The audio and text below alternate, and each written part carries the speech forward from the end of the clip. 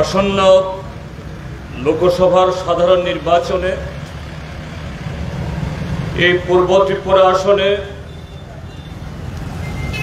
India মঞ্চের সমর্থনে বামফ্রন্টের মনোনীত সিপিআইএম প্রার্থী শ্রীযুক্ত রাজেন্দ্র রিয়াংয়ের সমর্থনে আজকে আমাদের এই প্রচার সভার শ্রদ্ধেয় সভাপতি মঞ্চে আসীন আছেন ভারতীয় জাতীয় কংগ্রেসের ত্রিপুরা প্রদেশ কমিটির সদস্য তথা প্রাক্তন বিধায়ক শ্রী অশোক বৈদ্য মহোদয়, সিপিআইএমের রাজ্য কমিটির সদস্য এবং প্রাক্তন বিধায়ক শ্রী মনীন্দ্র দাস মহোদয় এবং আরো অন্যান্য নেতৃবৃন্দ, আর আপনারা যারা আমাদের বক্তব্য শুনছেন এই তেলিয়ামুড়া বাজারের সুদী ব্যবসায়ী, পথচারী এবং এখানকার সুনাগরিক বৃন্দ, যারা আমাদের এই গণতান্ত্রিক ব্যবস্থায় পবিত্র দায়িত্ব যারা পালন করবেন বা পালন করে এসছেন, আপনাদের সকলকে আমাদের প্রার্থী এবং আমার নিজের তরফ থেকেও ইন্ডিয়া মঞ্চের তরফ থেকেও অভিনন্দন এবং শুভেচ্ছা জ্ঞাপন করছি। বন্ধুগণ, সামনে 5 দফায় আমাদের দেশের অষ্টাদশ লোকসভা নির্বাচন হতে যাচ্ছে। প্রত্যেকটা নির্বাচনে গুরুত্বপূর্ণ, এই নির্বাচনও গুরুত্বপূর্ণ। নির্বাচনের মধ্য দিয়ে দেশের নির্বাচক মণ্ডলী আগামী 5 বছরের জন্য দেশের 140 কোটি মানুষের যারা ভাগ্য নিয়ন্ত্রণ করবেন, দেশের নির্মাণের দায়িত্ব নেবেন, তাদের বেছে নেবেন। এটা ভোটারদের কাছে 5 বছর অন্তর তাদের প্রতিনিধি বাছাই করার যোগ্য নেতৃত্ব তাদের হাতে ক্ষমতা তুলে দেওয়ার জন্য এটা অবশ্যই এটা মস্ত বড় সুযোগ বা সুবর্ণ সুযোগ। কিন্তু বন্ধুরা, এবারে নির্বাচন শুধু নতুন একটা সরকার তৈরি করার, তাদের পছন্দের প্রার্থীদেরকে নির্বাচিত করার সুযোগ, এটাকে ব্যবহারের এটা সময় না। তার চেয়েও বেশি গুরুত্বপূর্ণ এবার একটা রাষ্ট্রীয় বা সুনাগরিক দেশপ্রেমিক এদেশের সমস্ত অংশের মানুষের একটা পবিত্র দায়িত্ব হিসাবে আজকে এইবার উপনীত হয়েছে। সে কারণটা ব্যাখ্যা করা দরকার নেই।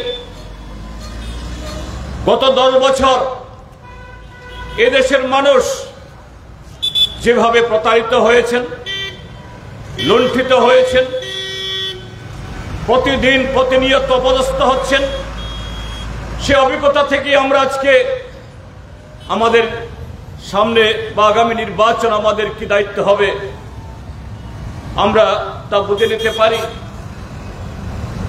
গত 2টি নির্বাচন, ষোড়শ এবং সপ্তদশ নির্বাচন, ভারতের বর্তমান যারা শাসক দল নরেন্দ্র মোদীর নেতৃত্বে কিভাবে সরকার এসেছিল এই দেশের লোক আমরা সবাই জানি।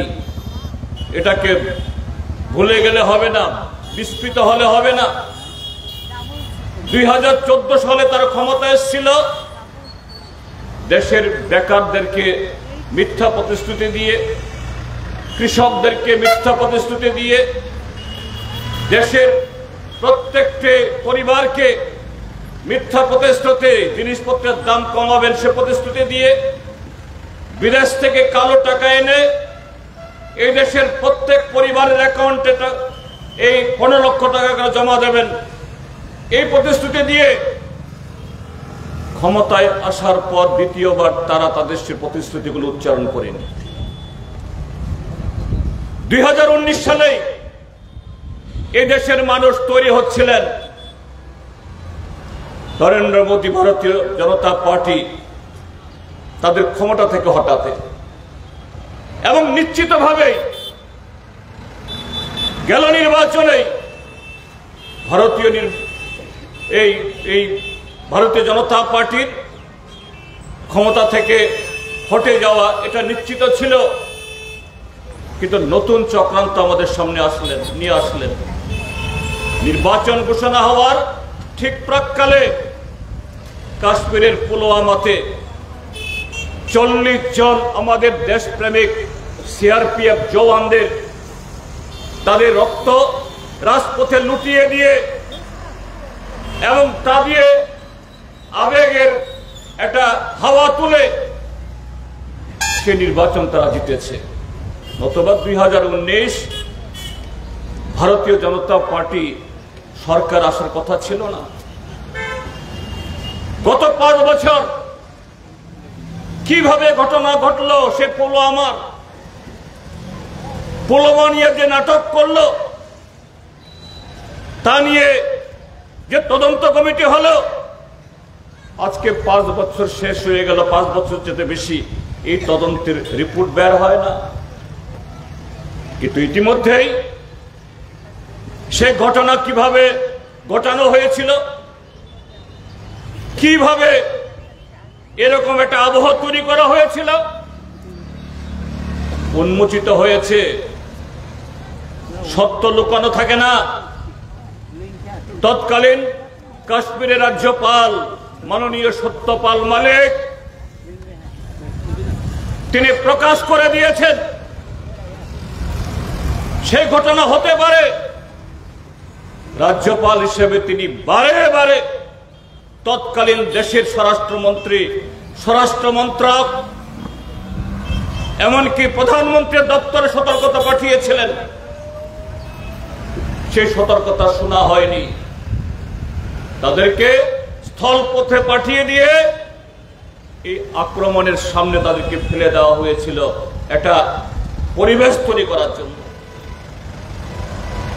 সেই সত্যপাল মালিক আজকে হুঁশিয়ারি দিচ্ছেন নরেন্দ্র মোদী বা ভারতীয় জনতা পার্টি তাদেরকে ভোট দেওয়া যাবে না।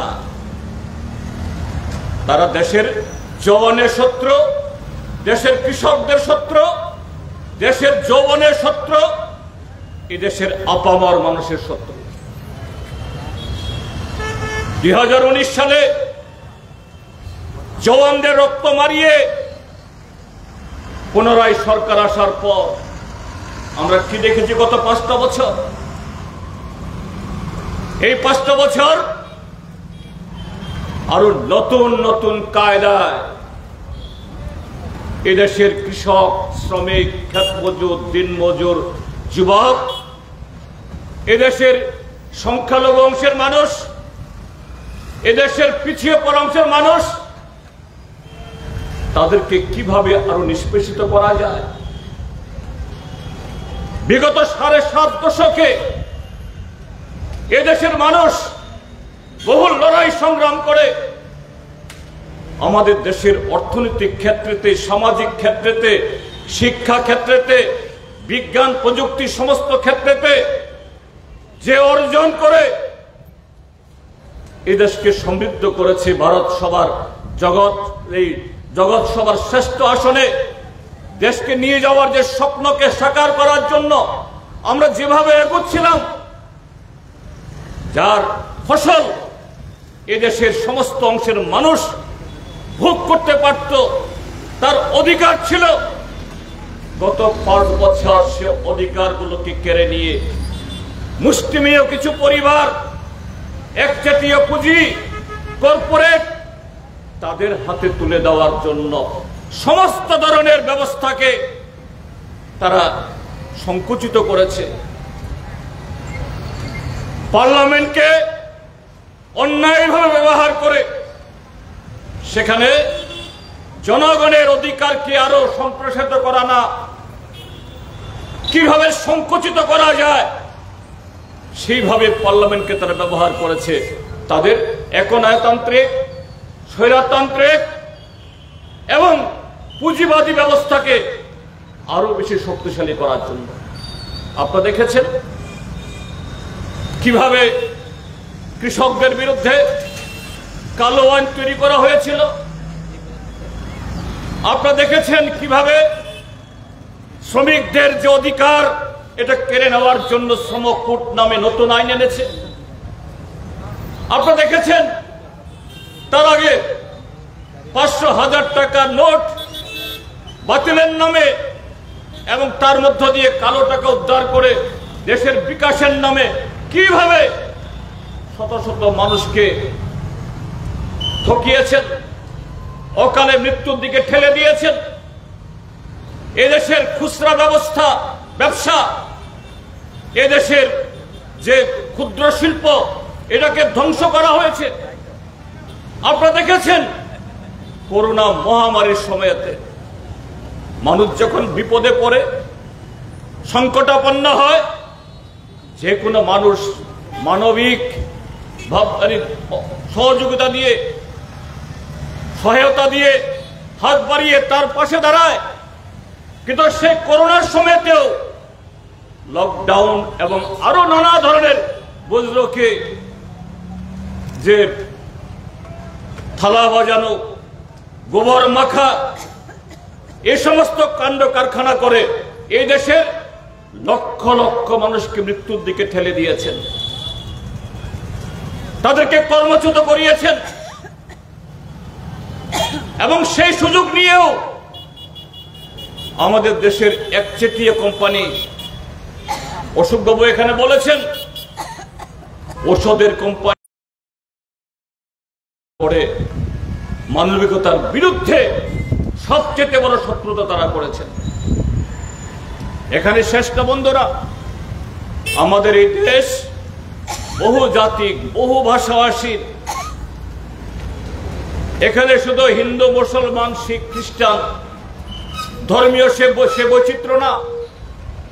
আমাদের দেশে নানা ক্ষুদ্র ভাষা, ক্ষুদ্র জনগোষ্ঠীর মানুষ আছেন। ভারতের দীর্ঘ স্বাধীনতার আন্দোলনে সেই সিধু কানু থেকে শুরু করে সাঁওতালরা, মুন্ডারা, মুসলমান, শিখ, তফসিলিরা, সমস্ত অংশের মানুষ লড়াই করেই এই ভারত আজাদ হয়েছে, স্বাধীন হয়েছে। সেই ভারতীয়দের স্বপ্ন পূরণ করার জন্য আমাদের সংবিধান ডক্টর বি.আর. আম্বেদকরের হাত ধরে সেই সংবিধান তৈরি হয়েছে। সারা পৃথিবীর মধ্যে অন্যতম, যারা প্রান্তিক দুর্বল অংশের মানুষের জন্য সমবেথী। গত 10 বছরে সেই সংবিধানকেও কিভাবে সংখ্যালঘুদের আরো নির্মমভাবে তাদের অধিকার কেড়ে নেওয়া যায়, তফসিলি জাতি, তফসিলি উপজাতি, তাদের বিকাশকে রুদ্ধ করা যায়, তার জঘন্য দপ্তকে ক্ষত আমরা এখন লক্ষ্য করছি মণিপুরে। সেখানে মেইতেই জনগোষ্ঠী এবং কুকি জনগোষ্ঠীর মধ্যে যুদ্ধ লাগিয়ে এই আরএসএস, ভারতীয় জনতা পার্টি, তারা তামাশা দেখছে। আজকে প্রায় 1 বছরের কাছাকাছি সময় হয়ে গেল মণিপুরের সে বিপর্যয়। আমাদের দেশের প্রধানমন্ত্রী তিনি সারা পৃথিবী ঘুরে বেড়ান। তিনি কোনো একজন সিনেমার নায়িকায় তার আঙ্গুলে চুট পেলে তিনি টুইট করেন, ফেসবুকে পোস্ট করেন। কিন্তু মণিপুরে কয়েক শত লোক সেখানে অকালে তার মৃত্যু হলো, হাজার হাজার মানুষ ঘর ছাড়া, বাড়ি ছাড়া হলো, জীবিকা হারালো। সেই মণিপুর সম্পর্কে 3 মিনিট কথা বলার তার অবকাশ নেই। মণিপুরে যাওয়ার জন্য তার সময় নেই।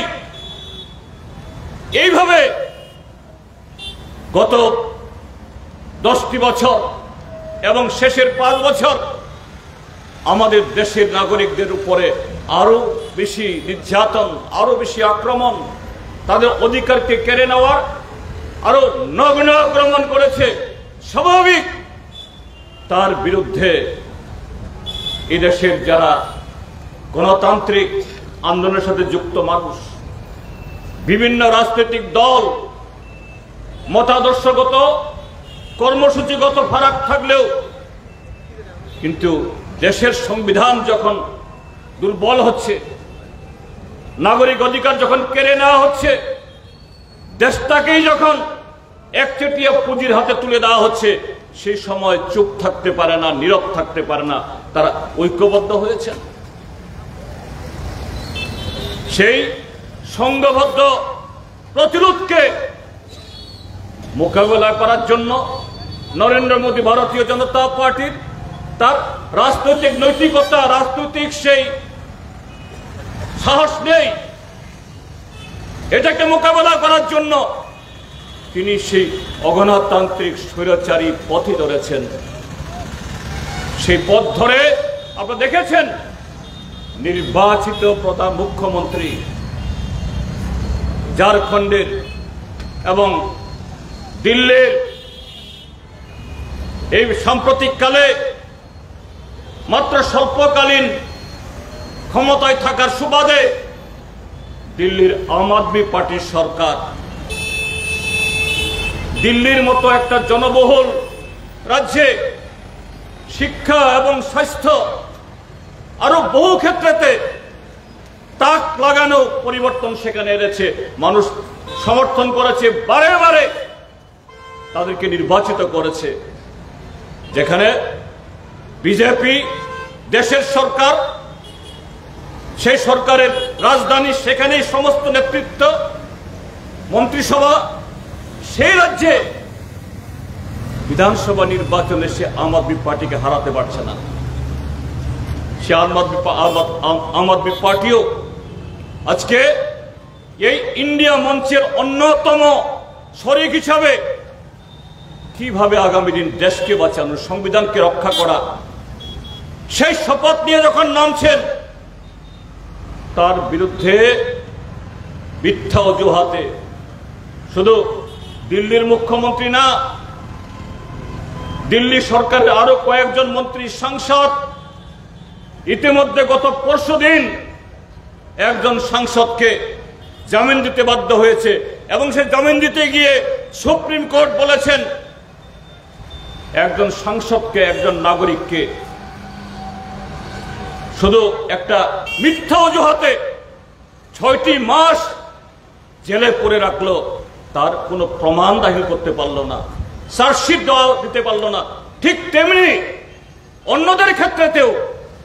কিন্তু বন্ধুরা, এটাই যদি বিচার হয়, এটাই যদি দুর্নীতির বিরুদ্ধে তার যুদ্ধ হয়ে থাকে, তিনি কথা বলতে চেষ্টা করেন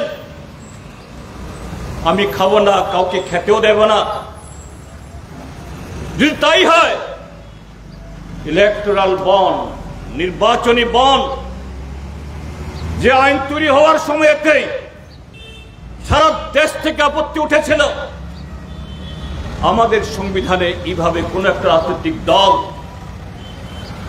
একাই সমস্ত দেশের মানুষের অর্থ লুটবে, আর সে অর্থ লুটার জন্য ইডি, সিবিআই, ইনকাম ট্যাক্সকে ব্যবহার করবে, পুলিশ লেলিয়ে দেবে, গুন্ডা লেলিয়ে দেবে, রাষ্ট্র ক্ষমতার অপব্যবহার করে কোম্পানিগুলোকে ধ্বংস করে দেওয়ার চেষ্টা করবে।